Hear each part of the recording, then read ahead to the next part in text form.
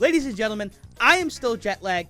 He is still 2.5 dimensions, and this is still Overdrive Pride. You should know who we are right now. We are the undisputed kings of commentary. My name is Stanley Brewer. With me, as always, is my partner, Elias Storm. And of course, we are just coming back from a phenomenal trip overseas to Japan. The Overdrive Japan circuit was an immaculate success for everybody. But welcome back to the States. Welcome back to Pride. Elias, how are you doing this evening? I'm good, my friend. Great show on my end yesterday. We'd like to see if you can keep up with it. But this is all vibes since the Japan tour, a little jet lag still, but great to be back here in the States and insert random town that we won't be back to. Let's go with Frankfort, Kentucky. Yeah, there better not be any. No, it wouldn't be a screw job. It'd be the Frankfurt fuck job. No, the Frankfurt fucking. That's what it would be. But of course, I may be jet lagged, but that has replaced my indigestion, so I'm falling over indigestion, which is a good thing. And of course, as always, action-packed show ahead of you tonight. And Pride's got a lot to compete with. Of course, if you watched Glory yesterday, a lot of things happened, a lot of crazy things. One of the craziest final two matches I think we have ever witnessed. But before we get into the craziness of tonight's action, we got some action going on in the realm of social media. Greg, go ahead and put that up. Anyways, fuck. And from the realm of Blue Sky, of course, I took to my own, the greatest Blue Sky account in the history of history, to say that the women's tag titles will be coming to Pride for the first time next week as Generations, well, I say it's coming for the first time because Generations going to win. Generations will face off against the Queens of Wrestling for the women's tag. Shut up. For the women's tag titles. They've already lost. Shut up. But this week, it's called a run back for a reason. But this week, it will be RK Bro versus the Plucky Upstarts, Knights of the Squared Circles, for the Prideful Tag Team Championships. Of course, Knights of the Squared Circle last week, have already made a legacy for themselves in Japan. But last week came out, upset RK Bro in the RK Bropen. So now they get their tag title match tonight, and we will have more details on that momentarily. But speaking of tag teams, Will Ospreay quote tweeted my tweet saying that as the winners of the Millennium Tag Battle, I say we should get the next crack at the winners.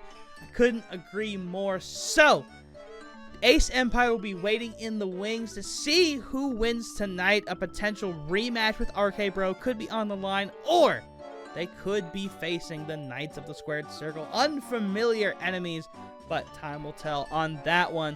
And then Zoe Stark. She kind of has a bit of bad luck when it comes to getting interrupted randomly during matches.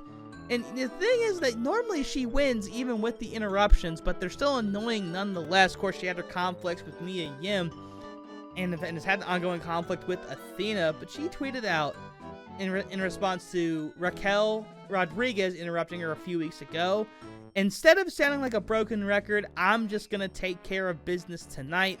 So you can bet that match is on tap for later tonight. And then we got a tweet from the one and only, the new Prideful Women's Champion. Unfortunately, she couldn't be here tonight. She is still at home handling some business. But she wanted to take the time to say thank you to the OCW Nebula for their outpouring of support. Of course, winning the Prideful Women's Championship in front of her home country. And she said that doing so was one of the best moments of her career. And next week, Bayley will get her rematch. Now, of course, Bayley and rematches is a very, very dangerous thing. Just ask Zelina Vega, the only other woman to take down Bayley.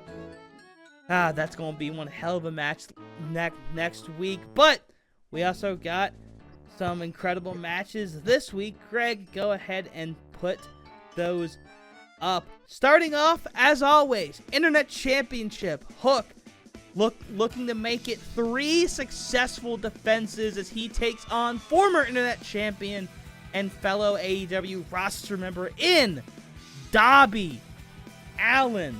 And then after that, we have a trios match. Karrion Kross, Shayna Baszler, and Konosuke Takeshita will take on the combination of the Good People, Nick Nemeth, Shelton Benjamin, and Benjamin inviting in one Io Sky. Those two, of course, had a match with a lot of honor a few weeks ago. Sky came out victorious. And then our midway match. How about a 6-pack prideful showcase?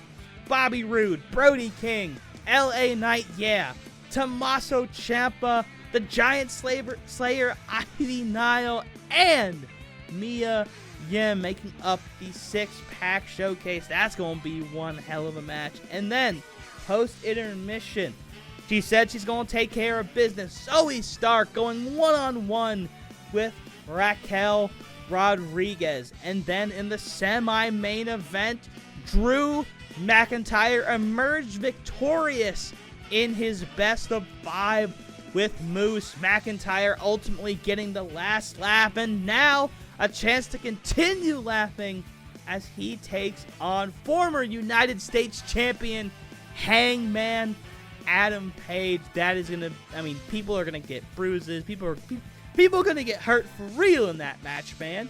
And then our main event.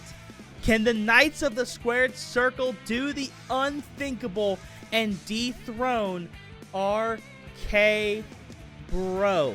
Main event, an international tag team match. 2 out of 3 falls to determine who walks out prideful tag team champions. Elias, I know that we do very much have a lot to contend with tonight, but I think Pride has got as good a shot as any. No, it's a very real possibility that this blows everyone out the water here tonight. I'm very excited to see it. Also, Darby Allin will not become an internet champion because he can't hold into a title worth a bag of chips. That title's worth more than a bag of chips. It's at least a bag of M&Ms.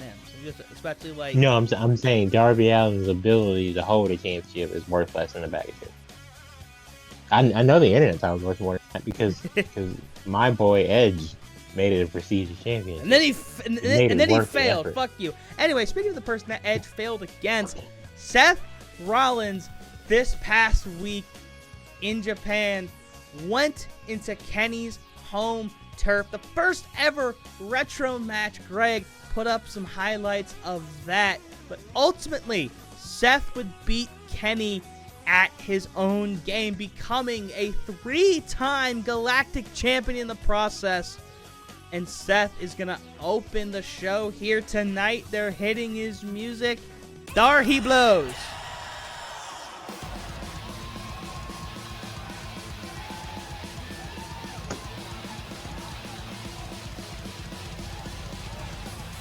Now I heard Seth does what Ichiro would do with his baseball bats and make sure he tucks the belt in at night.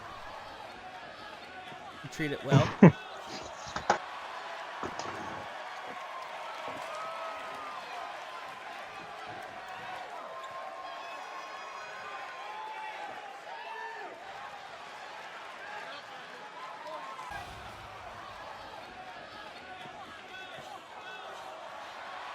Well, that's a little mean.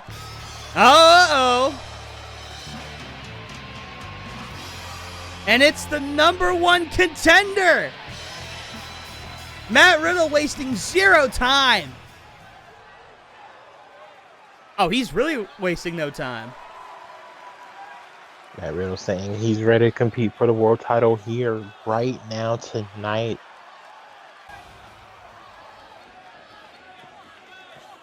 Ooh, fuck you, Elias.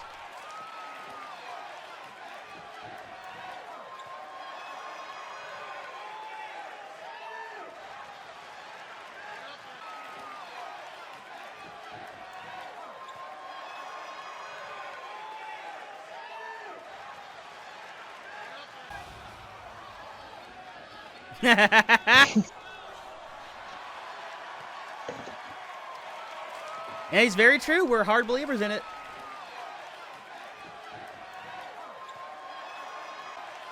And Riddle refusing to take no for an answer. Uh-oh. I got a bad feeling about this.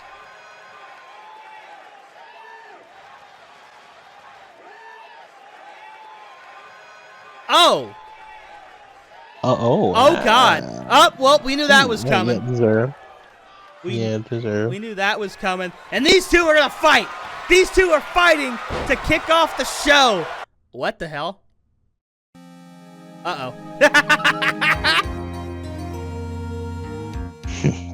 I got a visual novel. This is just the power of Kenny Omega.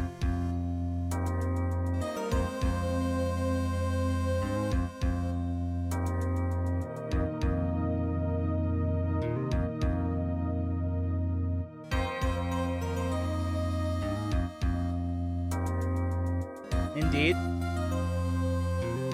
Shut up, Seth.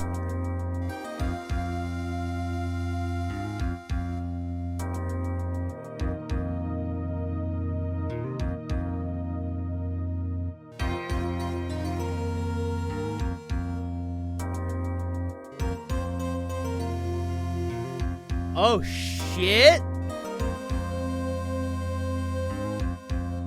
I guess ref Matt Riddle should go extremely fucking well. And Riddle scattering off to tell Randy.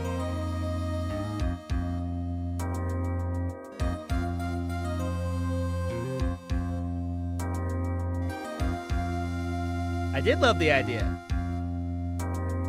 That's my Yeah, and the fucker didn't accept my party invite. So you know what? All of this is well deserved. He plays PlayStation, you fucking dick. And you know what? That's the problem. That's the problem with this fucking country. Anyways. Don't you also own a PS5? Yeah, I do. I mean, that's what the Universe engine runs on, after all. That's why we had to go on hiatus, because the engine for the Universe engine got stolen from my fucking house. Crazy, right? But as you just saw, Matt Riddle wasting no time. Of course, Grapplers Cup champion Kenny did tell him before the Japan trip that Matt would be next in line, to get his title shot. But Kenny's also right. Rematch clause is a thing, and here on Pride, we like to do things in threes. So, I'm here to announce that on the 43rd edition of Pride, that's about 2 weeks from now, we will get the big blow-off match, Omega versus Rollins. Winner takes the title. And for the first time in this company's history, special guest referee, and it will be Matthew Riddle. I'm already super hyped for that. It'll be the fourth meeting on Pride, fourth overall meeting in OCW between Omega and Rollins. Rollins currently is up in that series 2-1, but in championship matches, they are tied at 1 apiece. So again, that's 2 weeks from now. Whew, that's going to be amazing, but we don't have time to celebrate over that. We got a whole ass card to get into. But let's get things started right now. Darby Allin versus Hook, internet title. And let's do it.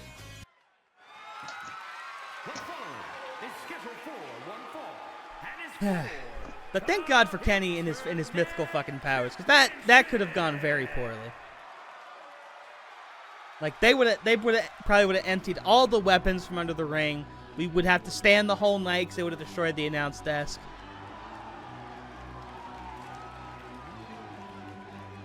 And Darby Allin, he makes Pink seem all gothic and brooding. I don't know what the fuck this music is, but Darby very, very happy to be here. It's been a few episodes since we've seen him. Of course, as we stated, Darby, a former internet champion, the internet champion who nearly was the cause of all of my misery. He was the one who lost to Edge at Supremacy. That kicked off the single worst, 10 weeks of my life. Of course, those weeks were interrupted by a hiatus. That's besides the point. Oh! Some acrobatics by Darby. He's ready to play, ready to regain what he lost and nearly lost this entire fucking brand. I'm being hard on him, but I mean, hey. Still love this guy. I drafted him for a reason. No, for sure. I mean, you gotta have crash test dummy somewhere. Might as well be in the internet title division. And there he is, the man whose father was recently put up on a banner at the 2300 arena. One of the most intense wrestlers in the game today, the cold-hearted handsome devil Hook, coming out for his third title defense. Of course, winning the title off of Austin Theory, and then in his most recent outing, defeated Minoru Suzuki, Murder Grandpa himself. Huge victory for this young man. And again, just that look in the eye. Absolutely unyielding.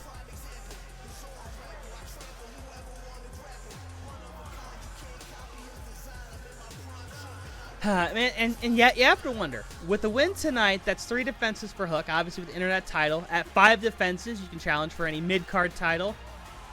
And then if you win, and if you get 10 defenses, you can challenge for a world title.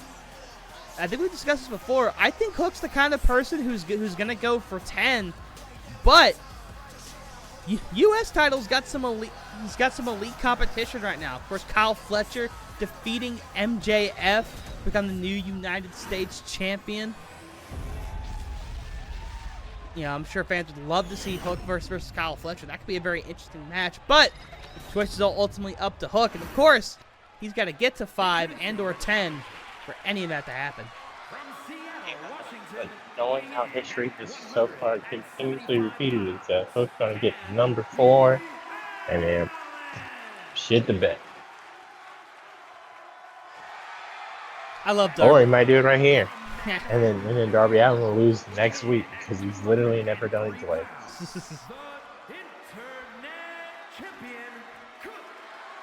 And Hook looking up at the lights and looking back down at Darby. Hook understands the task at hand, but is this the last time he's seen that bell? As he hands it off to our referee. Ladies and gentlemen, your opening match of Pride for the internet title.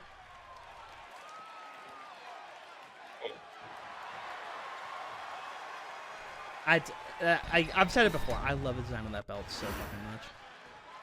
You know, it's a dope belt. The belt team did a good job. As they do. I can't wait to see what the PBS title looks like when we get there. And Darby, crucifix bomb to start the match. Doesn't keep it down for the pin, though. Of course, what makes Darby Allin so great as a wrestler is the absolute reckless abandon that he does with everything. This man does not know the meaning of the word risk. Probably had enough concussions that he doesn't know how to spell it anymore, but that doesn't matter. Darby Allin's greatest weapon is the fact that he just has no fear. Yeah, no, I mean, Darby Allin got hit by a bus and then and no-sold it. And then climbed Mount Everest and then came back to wrestle still. And I mean, clearly this man doesn't give a shit about his body. and meanwhile, Hook, he's someone who also doesn't have a lot of fear. Someone who's very ferocious. Somebody who will beat the shit out of you. But whereas Darby's greatest weapon is reckless abandon, Hook's greatest weapon is that, again, he's cold-hearted. He's a bit more calculated with how he goes about things. And of course, he has that. And of course, while Darby's definitely kind of more, I guess, out loud is kind of the phrase coming to me again. Hook's a lot quieter. He has this silent, intensity that makes him a force to be reckoned with. Right now, fans in the front row getting an absolute show. As Darby's taking it to Hook. Referee at the count of 2, and you have to wonder if Hook goes for the count-out method. Oh, Darby back up, though, as Hook tried to get back in the ring. And Darby going to give him a little bit of assistance right there. First, Darby, one of the pillars of AEW, but Hook, one of AEW's youngest rising assets. Of course, made his return at the 2300 arena, an arena that his dad helped make legendary. And now Hook, trying to add to his own legend. Darby fighting out of that powerbomb attempt, though. Oh, and knee to the dick and kick to the back of the head. A moonsault. Darby Allin looking good so far. Oh, now Darby got control of the hand. Interesting strategy here. Controlling the body of Hook. You don't see Darby go for joint manipulation all too much, but that might be the best trick in his bag for this match. Of course, that careful to clutch of the red rum, as it goes by in Hook's book, one of the more deadlier submissions in OCW right now. And Darby, what's he thinking? Running towards the camera, misses the drop kick, and Hook back on the offensive.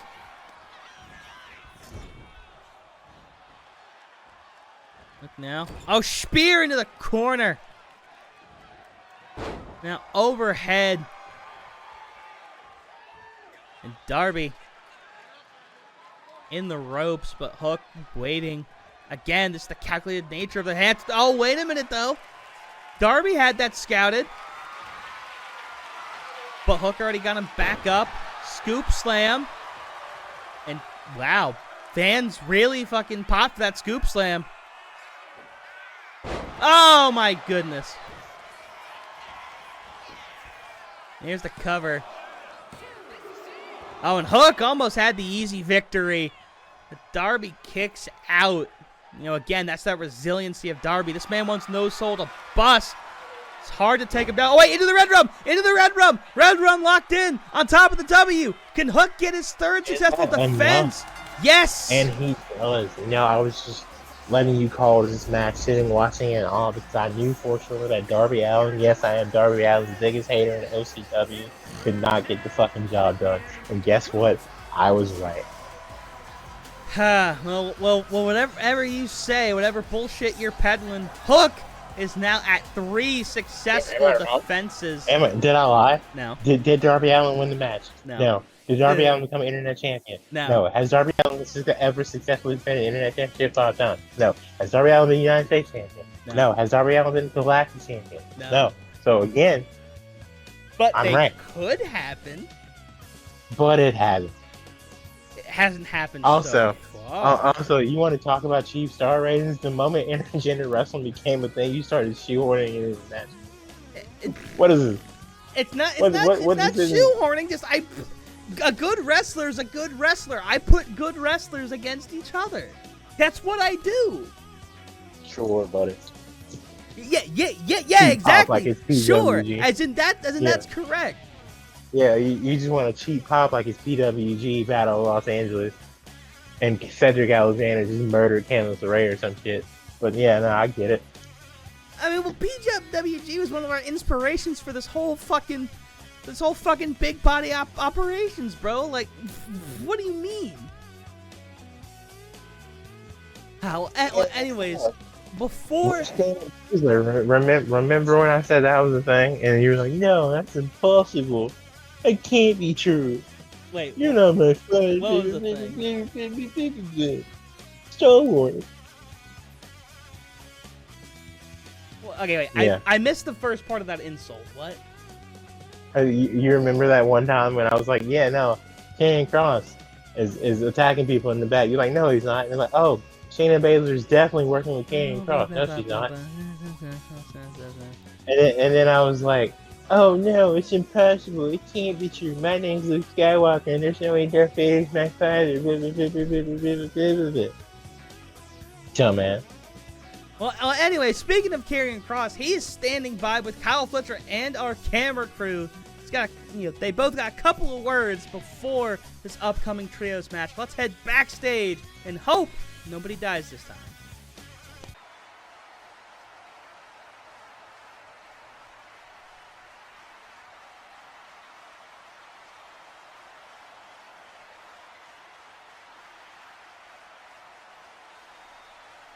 And we got Kyle Fletcher out here pimping himself to his brand new family.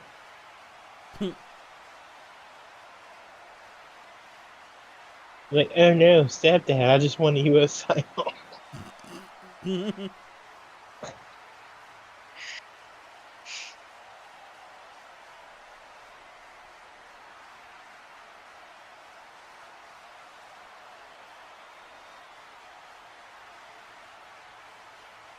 What cause is that? Did he let you know?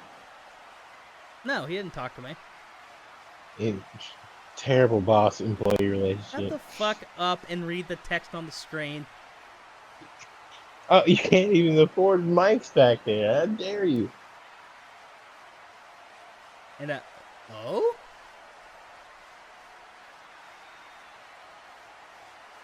Where's my free Tommaso Ciampa son? He belongs with DIY on the Zenith brand.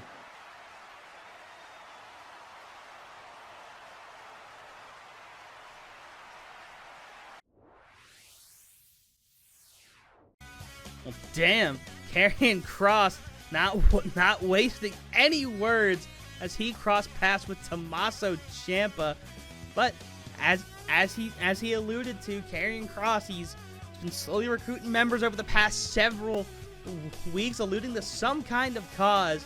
Of course, Kyle Fletcher, your new United States champion, taking the night off, but Karrion Kross, Shayna Baszler, and Konosuke Takeshita all in action right now against the good people in Io Sky.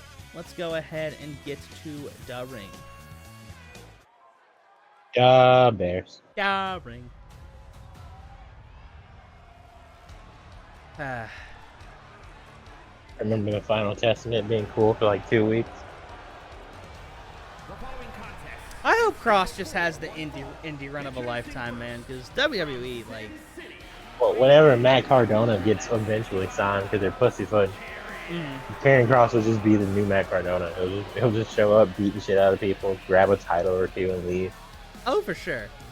I do like that he and Scarlett like immediately went and like teamed with like Shotzi and everything. That was really cool. And yeah, they're really good friends. He smashed a violin and he was just like, "Hey, I'm not sad anymore." Like, oh yeah, I lost my dream job. You think it's a work? Yes, I still do. I think he's gonna be on the Indies for like 6 months, and then they're like, "All right, you come back." I mean, maybe so, but Karrion Kross, I mean, on the Orange brand, hate to say, but he's been a menace to society. Currently, Imperium and Gary Steele, no definite timetable on their return. Of course, Gary Steele did get his first ever victory over Karrion Kross, and well, Kross does not respond to loss all too well. But he and Shayna Baszler picked up a victory together a few weeks ago. Baszler and Scarlett, though, have struggled a little bit to get in the win column themselves. They took part in the Millennium Tag match over in Japan. But maybe the Queen of Spades luck will turn around tonight as she tags with Kross. And Kross is right-handed in all of this. Konosuke Takeshita, who was revealed to us to be his right hand just a few weeks ago. And of course, with Takeshita bringing in Kyle Fletcher as well. I do want to point out that Fletcher and Baszler did ruse us a little bit because they took part in the same showcase match that was Kyle Fletcher's debut. And of course, Fletcher, you know, would win that match, would win the gauntlet match for the, you know, for the shot for shot against MJF. You know, obviously Kross, Baszler, Takeshita pulling a lot of strings. You know, pulling more strings than we thought, pulling strings we didn't even think existed. And I think doing part of that partnership, Kyle Fletcher is in the position he's in now. Though of course Fletcher did face and defeat MJF on his own, both gauntlet match and US title. And I think it just goes to show how potentially deadly this group could be. And I just want to say, I hope everyone has health insurance.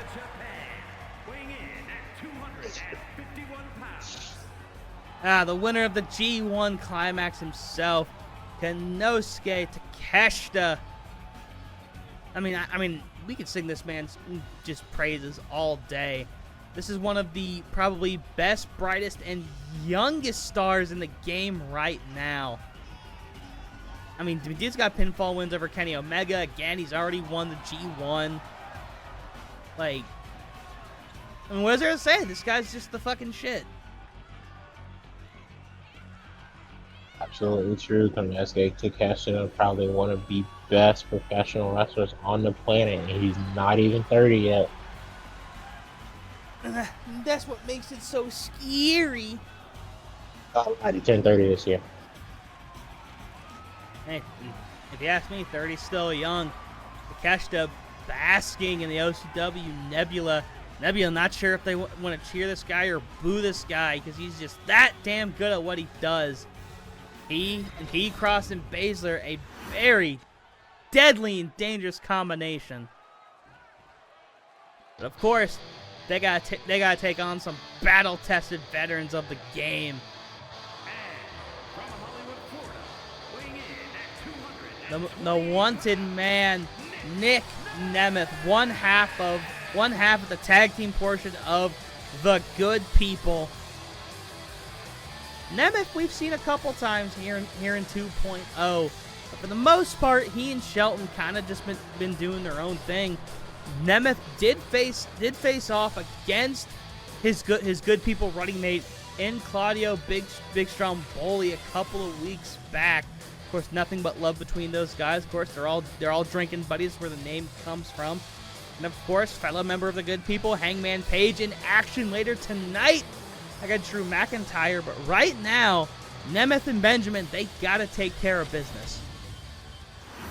This is their opportunity to prove not only that they deserve a future shot at the tag team champion, who in my opinion will be the young upstarts by the end of the night, but also show that Kane Cross and his House of Destruction are not the people they think they are. Also, that is not Shelton Benjamin, and I stand on it. They are who we thought they were. And of course, as we record this, Benjamin's got a match with fucking Ricochet on Dynamite. Yeah, I don't know what black man they think this is, but we don't all look alike. That is not Shelton Benjamin. I need to go through the Creator Wrestlers database, see if I can find a better facial model. And Okada, because I don't know that blonde Asian man thinks he is. But after that ass feeding from Jey Uso, his life has been revealed in my eyes, and that is not Kazuchika Okada. I was distracted. Alright, I don't know if he got kidnapped during his last season of Reign of Shadows. Yeah, he got kidnapped by the ninjas that kidnapped Samoa Joe. That's not Kazuchika Okada. That is an impossible. The TNA ninjas, total ninja action. And here comes the final competitor in this match. Woman who competed in the Grapplers Cup, of course, faced off against Shelton Benjamin. Like, why the fuck are you singing Ninja Turtles? Well, we were just talking about ninjas. Oh, fair enough. Total nonstop Speaking Ninja of Turtles. Ninjas, one of the best professional wrestlers on the planet, man or woman, and in my opinion, the best female to touch the WWE roster in the last at least 8 years. Io Shirai, aka Sky. I'm still mad they changed her last name for no fucking reason, because they just have to have copyrights. Making her way to the ring. I really hope she beats Stephanie Vaquer at WrestlePalooza. No offense to Stephanie. She's dope. I just thought about something. I need to make an adjustment in my notes real quick.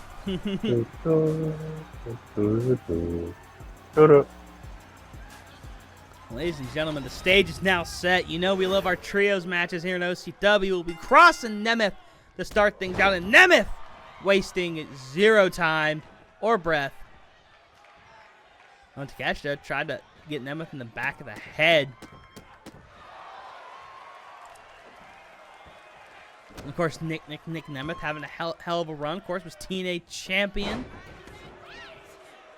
Had a cup of coffee over in New Japan. Oh, and Cross not taking kindly to Japan. global champion, beating Dave Finlay for the belt. Yes, sir. And Cross, the man from Sin City, now taking kindly to the Hollywood Blonde. The Hollywood Blonde springboard punch.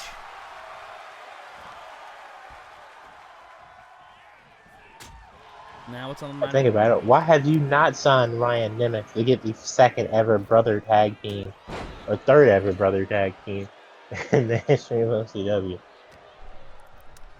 Well, you see, the thing is, and there's an explanation for that, and it will surprise you, because the thing about it is, and there's just so much that goes into it, because the thing about it... This is not an episode of Family Guy. It's the bit that never gets started. It's my favorite bit. On a powerbomb by Takeshita. You know, he makes those look pretty every time. No, one ski, Nick Nemeth is out at 1. Man, the AEW women's locker room is absolutely obsessed with. I can see why. I remember Willow talking about that shit, and I was just like, really? And I was like, yeah, I mean, I guess I did. Oh, and a wicked close one. Wicked clothesline by the Hollywood Man. And Nemeth trying to show the young gun a thing or two. Oh, what a counter by Takeshita. Now Takeshita going for the cover. And Nemeth out at 1. And of course, Cross and his group, you know, could definitely use the victory right here. But you can say the same for the good people. Good people have been struggling to find any positive momentum really since Faction Frenzy, which of course happened pre-hiatus. So a lot on the line for both groups in terms of positive momentum. What a drop kick by Takeshita. Oh, he's feeling himself.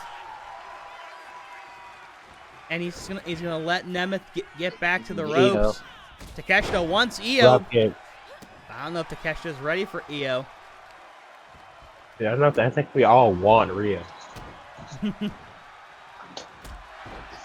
And Io taking it to Takeshita right now. Takeshita rolls out, back in. But Io Sky intercepts him, punch to the back. And taking him out at the knees. Io Sky very aware of the height differential. Trying to take advantage, but misses that. Tag in. Here comes Cross. But it looks like the height difference. Irish whip. On Cross into over the head, belly to belly. And of course, I mean, we've seen Io Sky can go toe-to-toe with just about anybody, of course, in the run back between her and Shelton Benjamin, you know, post Grapplers Cup. Io would be the one to get the win. And again, just that good that good-natured relationship, you know, obviously two forming a bit of a bond. That's why Io Sky's in this position right now, just trying to help out a friend, take down the enemy. And Cross now going for the cover. And using the ropes, and oh, Sky pushes Cross off of her. Oh, and Cross another overhead. Jesus. And tag in. Here comes Shayna Baszler, one of the deadliest women on the planet. Io Sky says, bring it on. Like the Emperor in a waterfall, bring it on. What a move by Sky. We're in trouble here. Sky. Ooh. Sky planting Baszler, and now Sky gonna tag into Shelton Benjamin, getting his first taste of action. Benjamin stopping Baszler in her tracks. And of course, Shelton is somebody, been doing this for over 20 years, a guy who has mastered the art of professional wrestling. You know, of course, you know, with Bobby Lashley and the Hurt Syndicate, tag team champions. Oh, what an elbow drop from the top rope! Shelton Benjamin turning back the clock on that one. Shayna Baszler back. You know, when you really look at it, we're looking at, you know, these two competitors right here, in kind of their own way, shape, and form, have you know, were kind of, you know, pioneers, you know, in their styles of wrestling. You know, Baszler, I think, definitely kind of helped pave the way for the more hard-hitting MMA style. Shelton, please get in the ring. I can't take another fucking count out. Thank you. And of course, Shelton Benjamin was kind of one of the earliest people that, that do the style of wrestling many do today. Of course, he was a high flyer, had very innovative offense back in his day. Both these competitors, legends and pioneers in their own right. You are not incorrect, sir. But which of these two pioneers can pick up the momentum and/or victory for their team here today? And right now, it's anyone's game. Pretty evenly matched. What a move by Benjamin. And Benjamin gonna let the tag happen. He wants the young gun. Oh, and Takeshita already taking him down. And Shelton says, all right, I don't want it anymore. And tag back into Nemeth. Probably the freshest band in this match. But Takeshita, oh, Snake Eyes. And now we got, Takeshita's going to take on the whole crew. He's taking on the whole crew. Oh, my God. Oh, now Nemeth's going to take on the whole crew. Down goes Baszler. Takeshita intercepts him, though. But Nemeth taking advantage with the clothesline. And now an opportunity for the good people to get ahead. And Nemeth, a series of elbow drops. A 3-ski. Oh, cross intercepts before a 4-ski.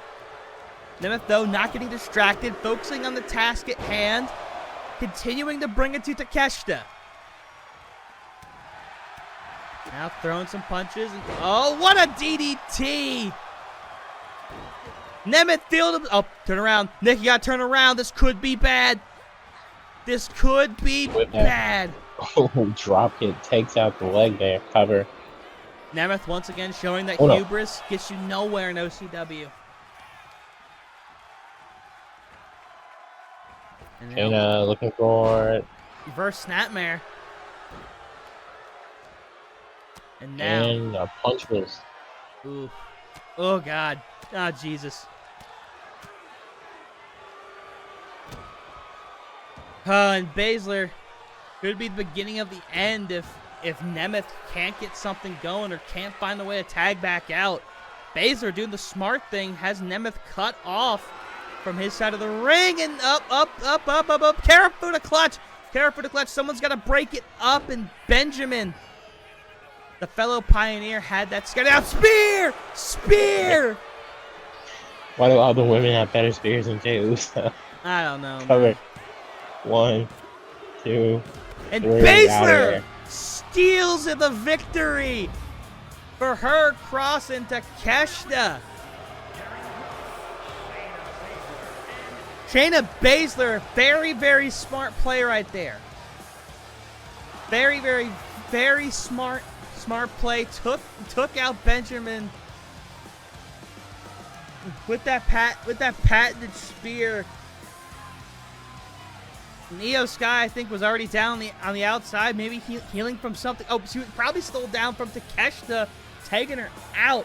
Shayna Baszler playing that perfectly. She's playing chess out here, ladies and gentlemen.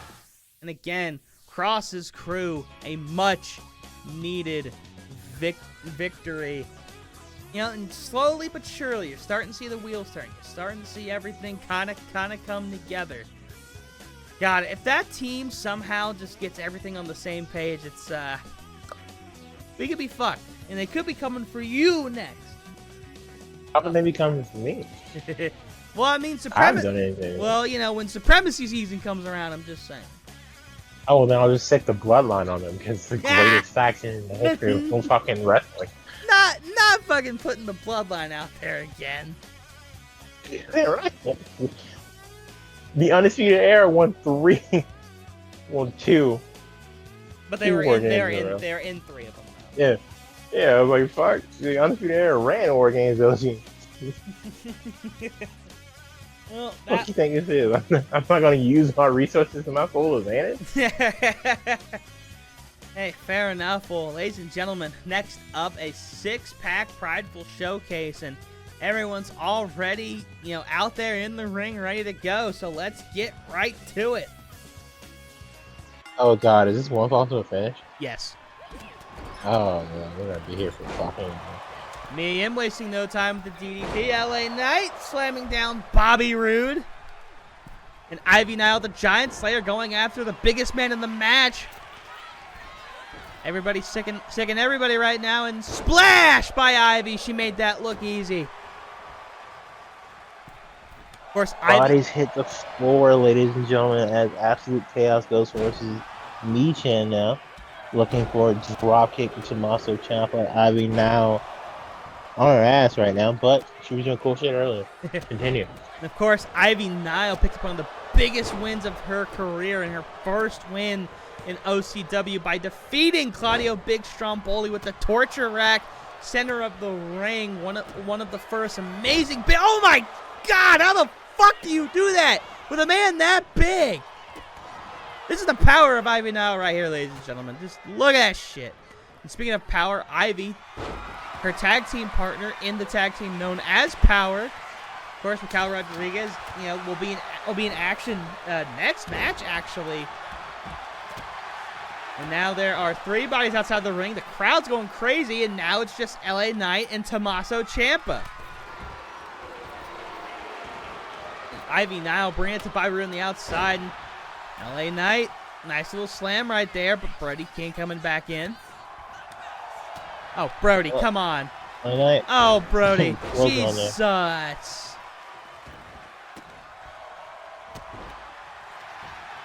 Oh, Brody, we're going to steal the pin. There's a 1, there's a 2, and LA Knight might have been too late. But thankfully for everybody else, Ciampa kicks out. But now Brody going to take it to Knight, and a whole bunch of debauchery right there. I don't think anybody got anything. And now Tommaso Ciampa to the corner. Bobby Roode with a kick to Brody King. I think I kept saying Brody Lee by accident. My bad. And down goes Knight. And neckbreaker by Ciampa. Ciampa feeling himself. Nebula going absolutely fucking crazy. Ivy Nile with the Papa H. To the knee of LA Knight. Mia Yim got some revenge on Brody King right there. And now taking it to Ciampa with the axe kick. Now boot to the ass. And now Knight with the chair. Roode with chair. Torture rack on the outside by Nile to LA Knight. I do want to point out, Brody King was doing like the yeah celebration. And then Roode just gets the chair and immediately hits him in the face. Oh, looking for fairy tale. Ending, but countered. But no, this is no Grimm fairy tale. It's a Disney fairy tale. The princess always wins. Oh, Brody King. Oh, and now Yim would eat defeat. Yim. In the ring. Oh, 1, Yim could. 2. Oh my God. Brody King barely making the save there. And Mia Yim almost had a huge step. Oh, ow, ow, fucking ow. Jesus Christ. Fucking ow. Oh, and Ivy now. She's got herself a kendo stick. And Yim, old neckbreaker on Ciampa. Ivy now beating the shit out of Bobby Roode. Bodies everywhere. Who knows what the hell's happening or which way is up. And Yim. Oh my God. And there are kendo sticks just lined up everywhere on the outside. And Ciampa is now alone in the ring. He wants a piece of the action. Comes down. Oh, and Roode's going to take him out. Oh, and now it's going to be Roode and Nile. Oh, you stood there and took that. Mia Yim breaks it up. Brody King producing the steel steps. And now the referee caught in steel steps. Ivy Nile going after Brody King again. What a move by Roode. Oh, Ivy Nile trying to choke out Brody King. Ciampa. Oh. Brody, part of his body up on the steps. Full hammer back of the head there. And now it's just Ivy Nile and Brody King. And Nile again going for that rear naked choke. Oh, and it took 2 people to break that one up. Oh. And now Knight, effortlessly just throwing Ivy into the wind. Yeah, with a flurry of offense. And Rude and Knocking Brody King off his feet. LA Knight, though. LA Knight with a Cover. slam. Ciampa breaks that up, though. Oh, Ivy Nile got the baseball bat. And Ivy Nile will not leave Brody King alone. What a spine buster by Rude. Here's the cover. Ref could not get in position because of all the bodies. Let the bodies hit the floor indeed, Elias. One of the most famous YouTube audio swap songs of all time, LA Knight. But no cover, thinks against it. All the bodies everywhere. Everybody in the ring now. Rude didn't get all of it, but got some of a drop kick. Back body drop. Now big time drops and going for that submission again. Going for the submission again, and ooh, I think she almost had it. Ivy Nile trying to take advantage of the Universe engine, going for that quick tap, and oh my lord, oh god, murder Tommaso Ciampa. Not on the busy. neck. Oh, and a one ski, but that might have been it. Oh, another cover by Knight. Oh, Ivy Nile's dead. She died like Whitebeard on her feet. 1, 2. Oh no, Brody King takes LA out. Knight. That would have been a much needed victory. He's needed really since he set foot in OC. Oh God, Ciampa. The kendo stick outlasts the chair. I see 4 bodies. 2 of them are missing. And Rude, this could be it. Nope. Cover. Nope. Gonna be here all day. Alright, boom. Suplex. And Ivy Nile in trouble though. Oh my God! How do you do this? Brody whoa, King no.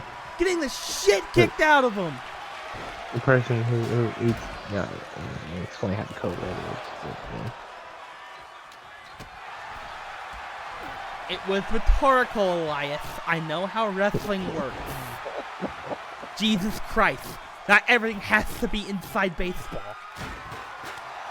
And Brody King just using the chair on the face of his Bobby Roode.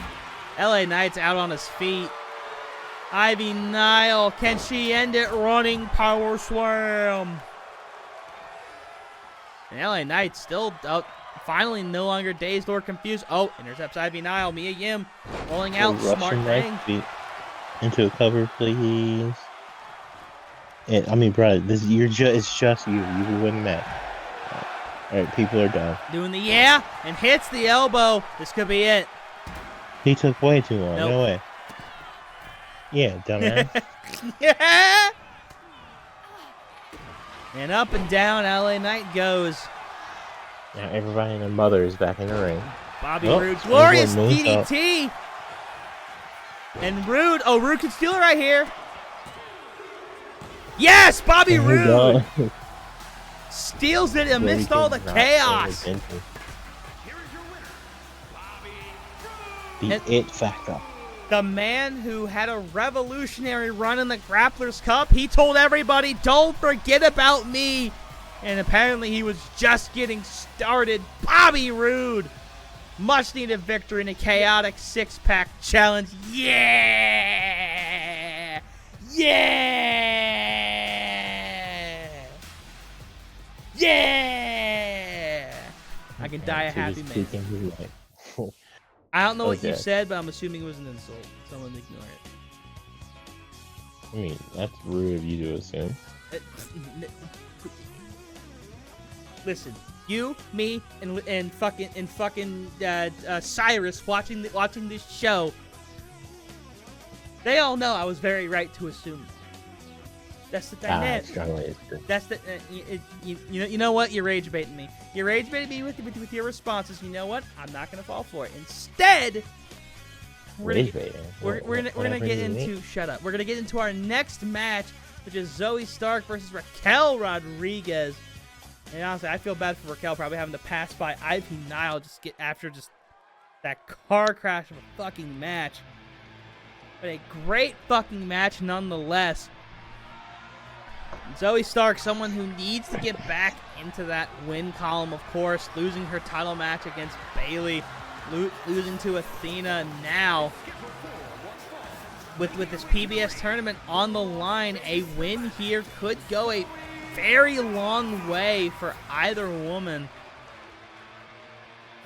Yeah, and again, the thing with Zoe Stark is that people see the kind of run Zoe Stark is on, these matches she's having, how well she's performing. A lot of people trying to attach themselves to Zoe Stark. Again, we saw it with Mia Yim, which, to Yim's credit, that did play to her advantage. She's gotten a lot of TV time, but in a lot of matches, put in some great performances since she interrupted Zoe Stark. But then we saw it with Athena in the midst of their big feud. And now Raquel Rodriguez, the latest in trying to get some of that star power, trying to just get time on TV to show what they can do. And, well, Raquel Rodriguez can do a hell of a lot, that's for sure.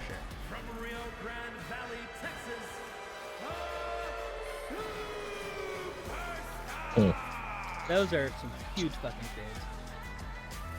Indeed, they are. Now, of course, in the alternate universe, Raquel finally getting her flowers in a sense. I mean, obviously, her and Liv tag champions, but her and Roxanne having a good run.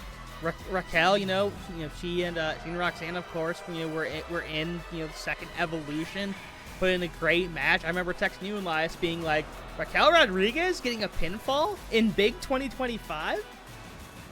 For sure. Listen, Well deserved.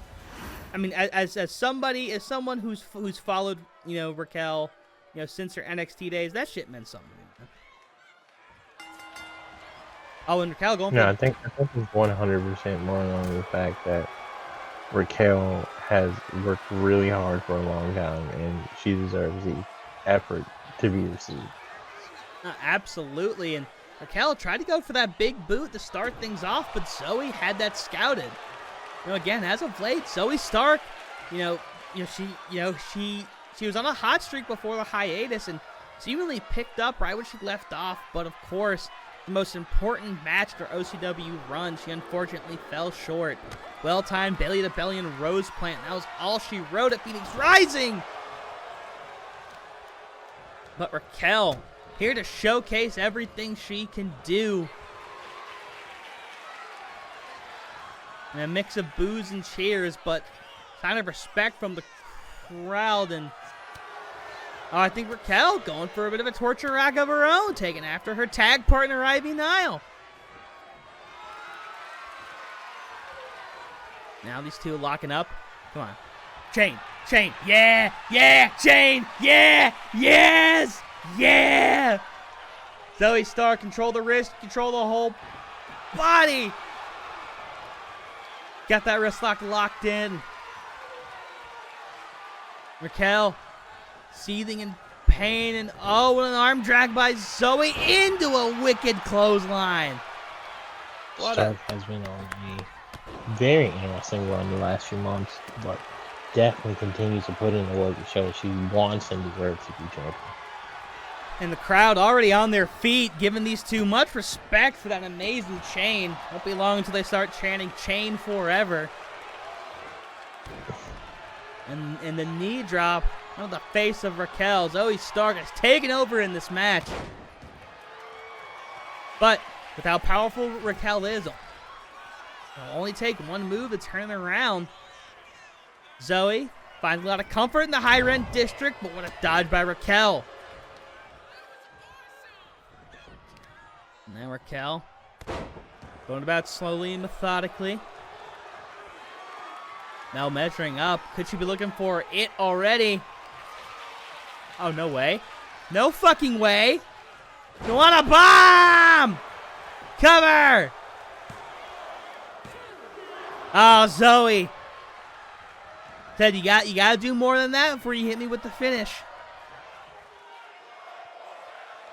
And the crowd already saying fight forever. They love these two already.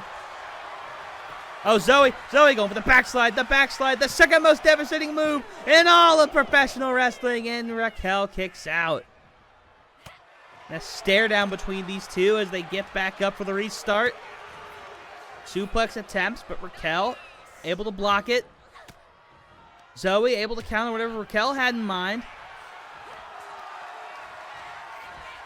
Now, Irish whip. Up takes her down. Fist to the face. And we've seen this a lot. Zoe rolling out with Raquel. Oh, and a big boot of her own. And Zoe Stark showcasing she has just as much power as Raquel Rodriguez. What's the thought process here? Flurry of blows. Followed by that stiff knee there. Referee at the Zoe trying to take advantage. Referee at the count of 3. Zoe getting Raquel back in the ring. Ref at 4 now. And going for that drop kick. Yep. Ooh, but doesn't get all of it. Yeah, just got a portion of Raquel still standing, and now spearing Zoe on the apron. It's Raquel. Oh, Raquel might be looking for the count out here. Oh, wait a minute, no. Deciding against it. Deciding that there's more work to be done. Probably saw Zoe stirring. Referee restarts the count now at 2. Raquel back in the ring. Well, taking a moment to build that finisher meter.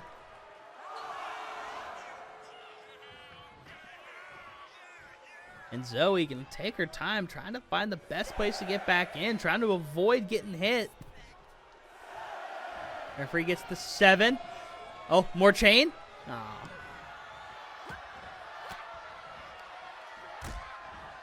Right, and what could be on the mischievous mind of one Zoe Stark? Whatever it is, Raquel said, no, we're going to play my mind games and snake eyes off the top. Zoe crumbling to the mat. Could this be it? No, out at two-ski, an early two-ski. Uh-oh, but this could be the end. Looking for it. Oh, nope. Wait. What? Oh, no, wait a minute. Wait a minute. Oh, man. Zoe got this game is so terrible. Zoe got some fight left in her, though. Zoe got some fight. The crowd is on their feet. They have reached a fever pitch. Zoe Stark, Raquel Rodriguez, trading blows, middle of the ring.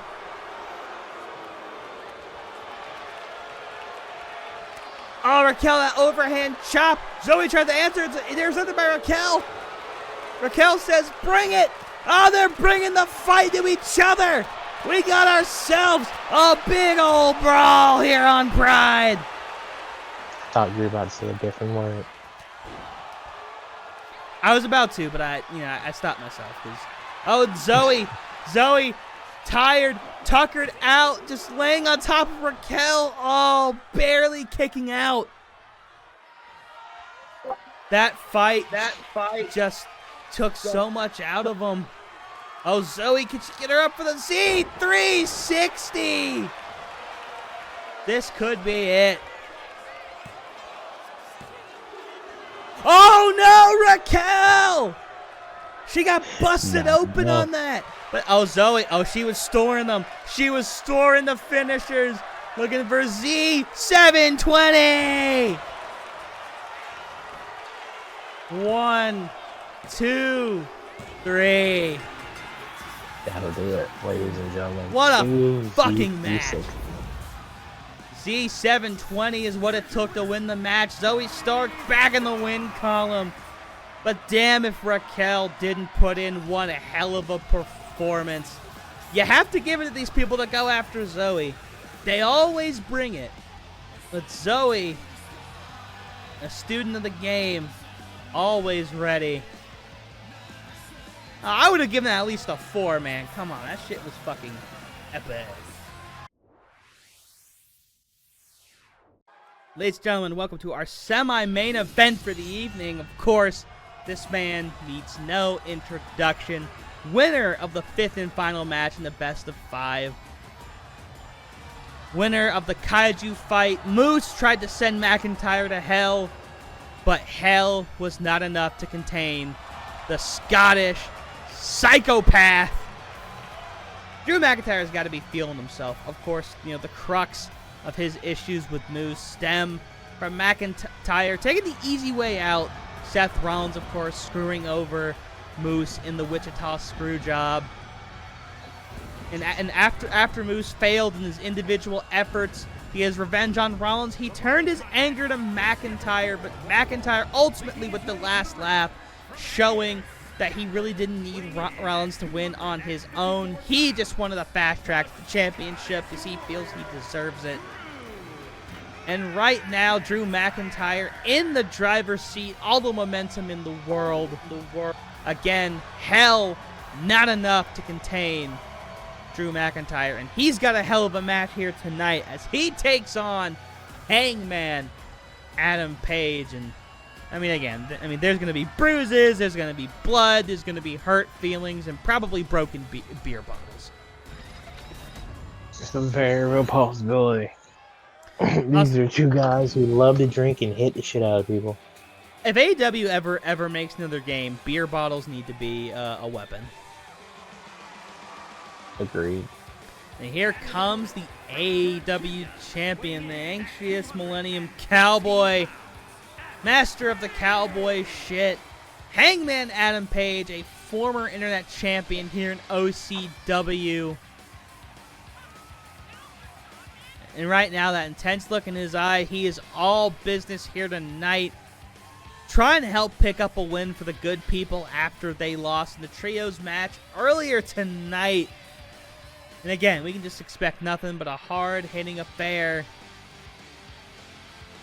And maybe someone in the crowd getting the better of Hangman. Maybe it's a Pete Weber situation where he's got to kill McIntyre and then go, "Who do you think you are? I am." Which have you ever actually seen like the full story behind that? No, I don't think I have. So essentially, Pete Weber's like one of the greatest like bowlers of all time.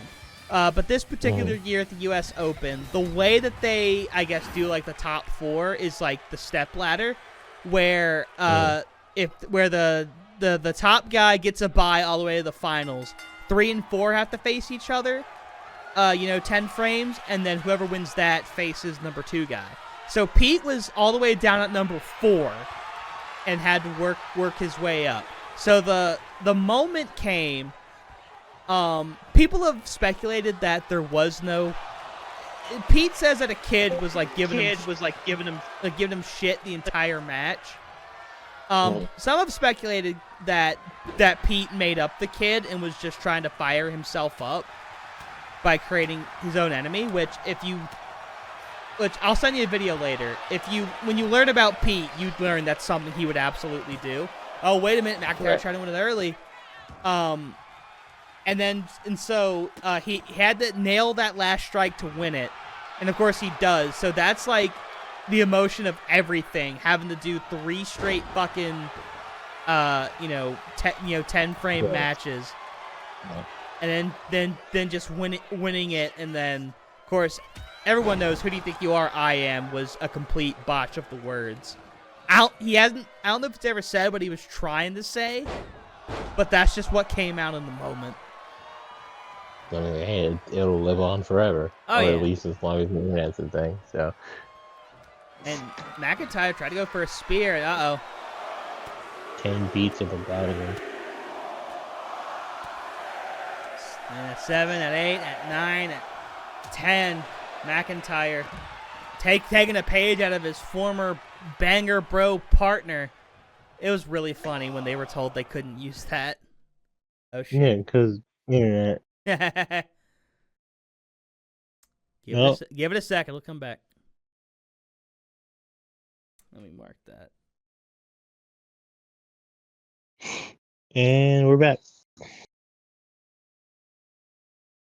Remember when technology wasn't failing? That was cool. Yeah. Remember when you bought the game and owned everything? Oh, and if a patch had to be made, you just had to connect to the fucking internet. Or hell, even for like when they had to re-release San Andreas because of the hot coffee mod, you just had to buy a whole new edition, pretty much. Mm-hmm. Well, of course, if you didn't have the game, then that was just, that was probably just whatever default edition was available. Anyways, we are back.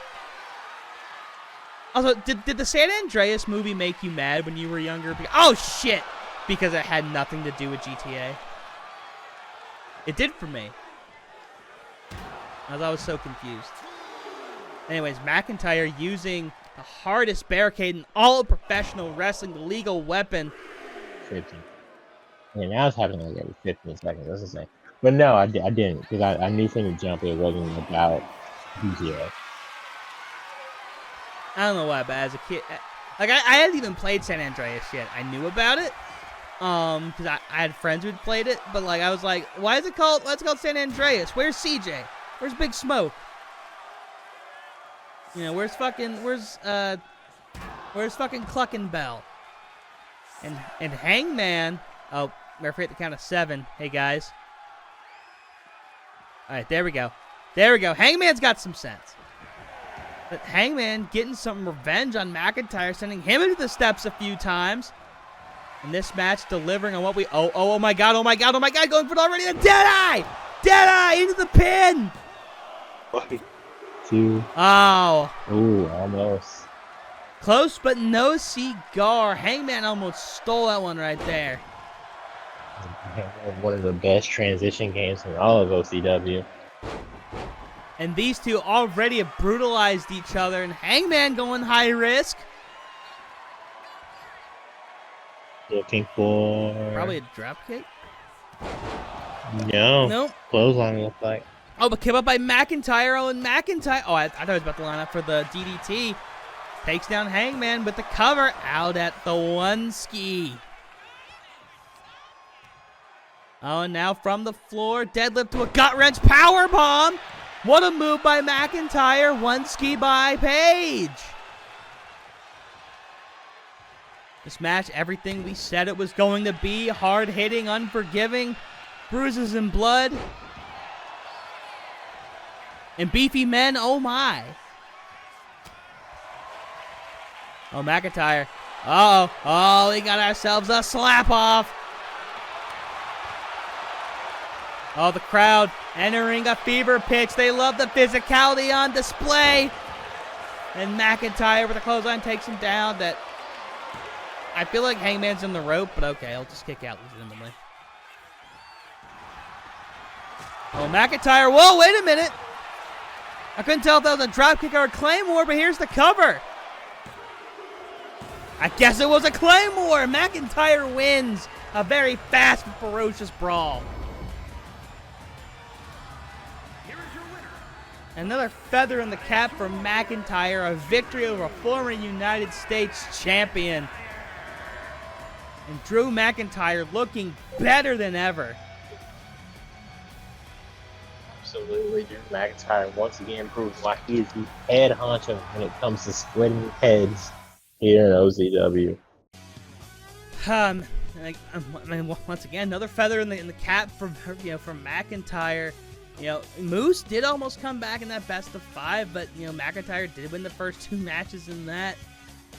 And you have to wonder. I mean, we know who the next few challengers for the Atlantic Championship's gonna be, but you have to wonder what's on the horizon after that. McIntyre definitely making a good case for himself, and he picks up a very good victory over member of the Good People and Hangman Page. But ladies and gentlemen, it is time for our main event. Last week, Caleb Knight and the supernatural Johnny Hawkins shocked the OCW Nebula, well, at least the ones watching from the States, with a upset victory over RK Bro. But of course, as we talked about last week, Hawkins and Knight, a well-established multi-time championship winning tag team over in Japan. Tonight, they have the opportunity to win their first ever tag team championship stateside. Ladies and gentlemen, this match is happening right now, our main event. And let's go.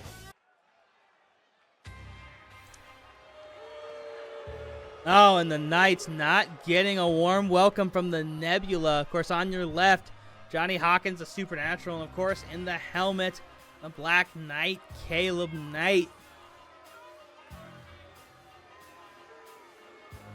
And of course, these two winning last week. Hawkins hitting the sliced bread using the ropes. Of course, Hawkins being the supernatural. I think he's trying to make a statement saying, I'm the greatest thing than sliced bread. And these two wasting no time getting to the ring. And of course, this match, international rules. And those guys look ready for a fight, but are they ready for the inevitability that is RK Bro? Not only do I think they're ready, I think they're ready, willing, and able, because the Knights were able to pick up a massive win last week in Japan, and I think they're ready to prove that that should have been a title match. I think the Young Bucks, pun intended, walk out Night champions. The rookies are unstoppable momentum-wise right now. And of course, you have to wonder, you know, obviously, while the situation ended with rather high spirits, Matt Riddle's mind might be elsewhere tonight. Obviously, had that confrontation with Rollins at the beginning of the show. Now, we've seen Riddle be able to pull double duty. You know, we've seen him these past few weeks, you know, doing tag matches with Randy with his world title match probably on his mind, but I don't know. I think Knights of Squared Circle could take advantage of the fact that Riddle, you know, did have that run-in earlier tonight. Maybe Riddle's off his game a little bit. And if the Knights are smart, they can find a way to take advantage. Very true, but we will find out one way or another here tonight.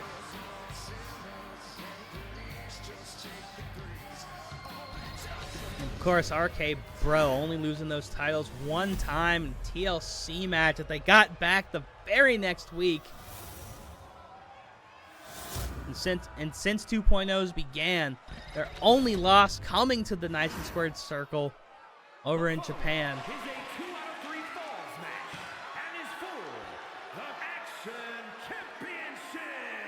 Everything's the Action Championship to this guy. Good God. At a combined weight of 423 pounds, Knights Black, Caleb Knights, and Johnny Hawkins. Damn. I mean, you know most of that muscle's coming from fucking Caleb. Look at that fucking guy. At a combined weight. Because, I mean, Johnny's athletic as shit, but he's also short. Randy Orton Right. and Oh, damn. All right, we'll talk about that. What? We'll talk about that. Okay.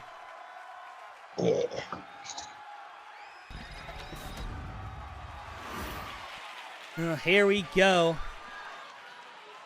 And also we do want to say that we do not condone the recent actions of the real-life Matt Riddle. We won't really get into that here, but real-life Matt Riddle, we don't condone that. But this is video game Matt Riddle. We're going to suspend our disbelief just a little bit. This applies to the majority of the superstars on this roster. And this is very true. And it's going to be Knight and Orton to start out. Orton's got a little bit of a height advantage, but both these guys almost equally as buff. And these guys wasting no time with the tandem offense. Oh my God! What? A powerbomb into an RKO to start things off. And Caleb kicks out. Johnny hesitated to get the kick out. And again, this is 2 out of 3 falls. RK Bro tried to go for a super early fall and looking for, I thought, a floating bro, instead a kick to the face. Of course, Matt Riddle, Grappler's Cup champion. Of course, he has that world title match and a spot as a special guest referee in his horizon. Tons of opportunities for Matt Riddle. Meanwhile, Randy's just kind of been hanging back, but he and Riddle tagging pretty much every week since Phoenix Rising. And Matt Riddle bringing it to the plucky upstart and Caleb Knight right now. And Knight going to do the smart thing and try to crawl for the tag, and he gets there. Oh, here we go. The legend meets the future legend. Orton versus Hawkins. Past and present colliding. Or past and future colliding, I should say. Hawkins, nice clothesline. And what could be on the mind of the Supernatural? How do you go about taking down a veteran like Randy? Well, number one, you lift him up and you put him down. That's one way to start. And using the ropes for a quick swanton, and now moonsault. Johnny Hawkins hitting all the right moves. One. Nah, not enough. Not at all enough. Randy's taking enough of the quote-unquote flippy shit to fucking last a lifetime. Uh-oh, Randy's in a bad, bad place. And oh my goodness. Oh my God! And I do believe that was their tag finishing move, but Riddle breaks it up. That's insane work. Imagine that 200 Loose as by Randy. Imagine that 200 something plus pound body just crashing down on you like that. Now both these teams have used a finish. Uppercut to Knight. Oh, but Knight immediately fighting back. Oh, pick him up, put him down. Randy Orton knows that move quite well. It's a move the modern day Maharaja Jinder Mahal beat him with to win the WWE Championship. Oh my God, Mike. Fucking, I mean, I've told you about. I think I've told you. Sai went to WrestleMania 34, met Jinder Mahal, and unironically told Jinder, "You're the best WWE champion ever." Cover 1, 2. That'll do it. First 3. fall goes to RK Bro. Oh, this is 2 out of 3 falls. Yeah. I did not know that. Well, you do now. You should have known then, but you do now. And what is Riddle's end game? Using Caleb in his own corner. Here comes Randy, and Caleb unable to roll over and make the tag. A tag that Johnny Hawkins could prove useful right now. These guys are already down 1 fall to nothing. And double back body body. drop. And I mean, honestly, with someone like Caleb Knight of his size and stature, you need 2 people. And Caleb Knight's rolling outside the ring. Real quick, that's all. He's good. He really needs a tag into Johnny right now.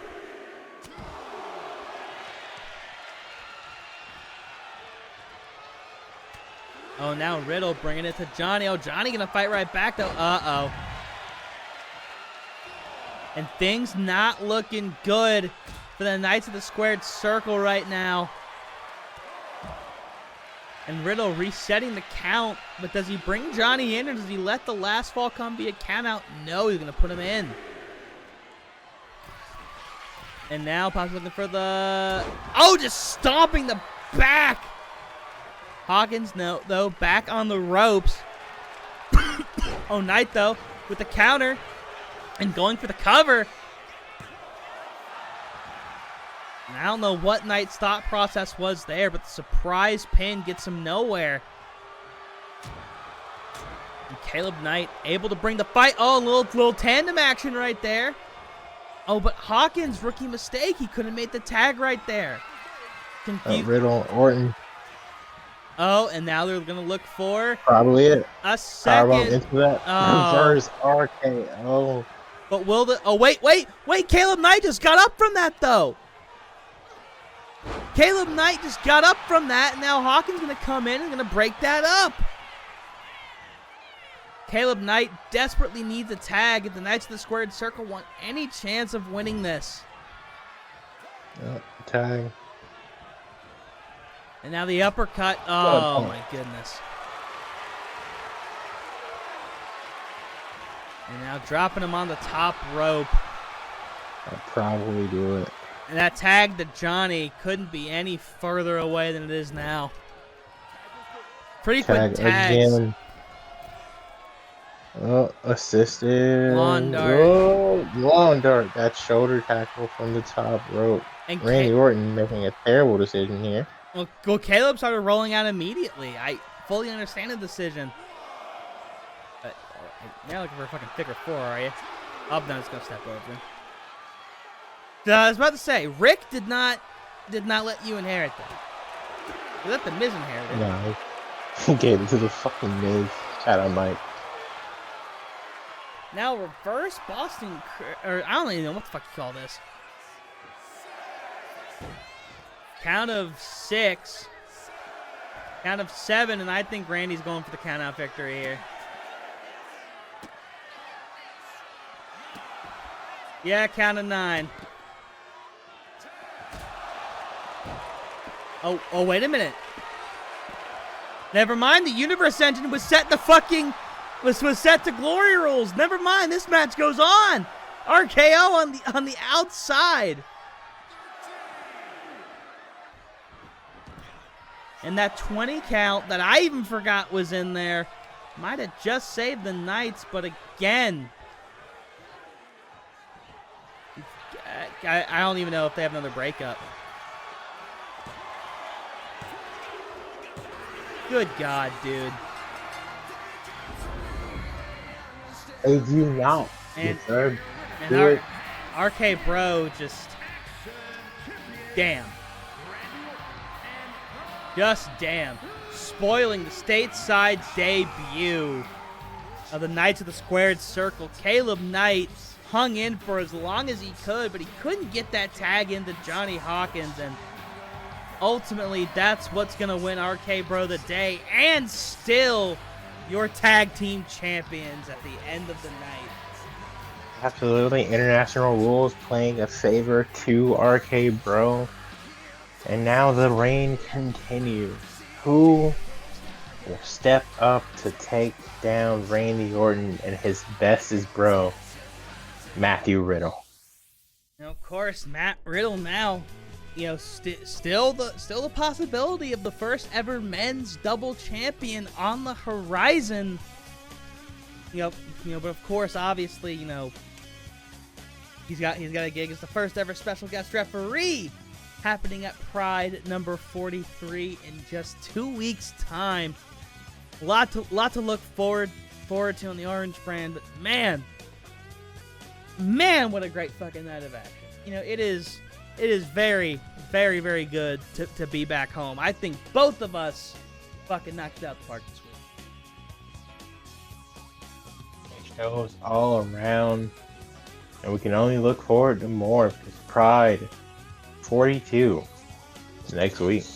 That's right, and of course next week we get not only women's tag titles on the line, but the rematch between Hikaru Shida and Bayley for the Prideful Women's Championship. So much on the horizon for the Orange brand, but for now I think that's going to do it for tonight. Elias, any other closing thoughts?